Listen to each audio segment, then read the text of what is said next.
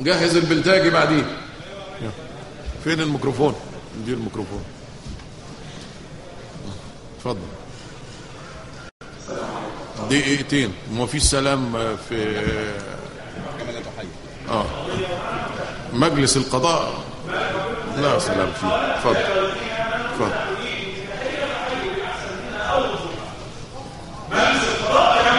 اتفضل اتفضل.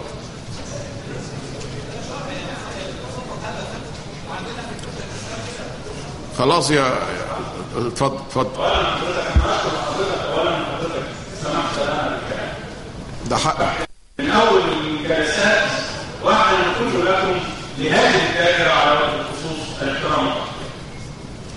ابتداء هذه ليست قضيه جنائيه، هذه قضيه سياسيه من الدرجه الاولى. صف الحجازي يحاكم هنا لامرين. الامر الاول انه كان في ثوره 25 يناير. 25 يناير التي هدمت هذا الظلم واقتلعت جذوره، ولكن للاسف الشديد تركت جزءا من الجذور فنبت مره اخرى وهو يريد ان يهدم هذه الثوره.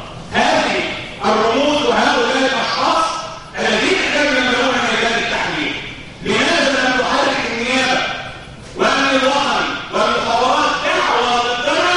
لاننا تظاهرنا في ميدان التحرير. اليس ميدان التحرير كانت جمهورا؟ الم تكن مظاهره؟ الم يكن تعطيلا للمصالح وللمدارس لماذا لم يحركوا دعوه ضدنا؟ لكنهم يحاكمون ثوره 25 يناير بطريقه اخرى.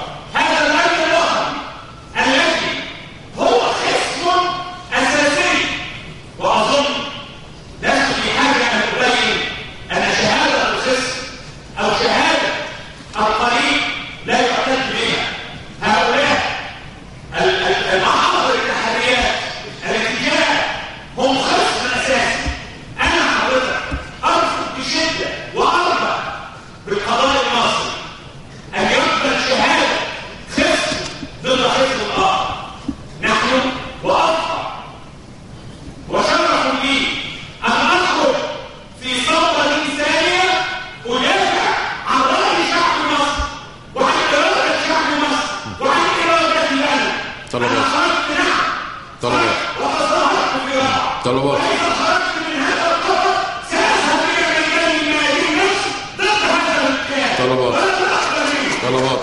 اخر الجلسه. طب اخر الجلسه. بعد اذن حضرتك اكمل كلام. انا لا يهمني ان المحكمه تحكم ببراءه او ادانه. براءتي ستاتي من الشعب المصري الذي سيكمل ثورته وسيكمل طريقه وسينعم بالحريه وسينعم بها. اخر الجلسه يا صف. خلاص. التحرير حضرتك اذا كانت هناك كلمه والتحرير اذا كان على الحق جريمه فحققني عاقبني على اني احرر على الحق. الله عز وجل يقول للنبي يا ايها النبي حرر المؤمنين. اذا كان انتمائي لهذه العصابه تهمه فهذا شرف لا ادعيه وفضل لا اغفره. اخر الجلسه. حضرتك اذكر حضرتك بامر حديث رسول الله وعن السيده عائشه واخرجه الامام احمد في مسنده.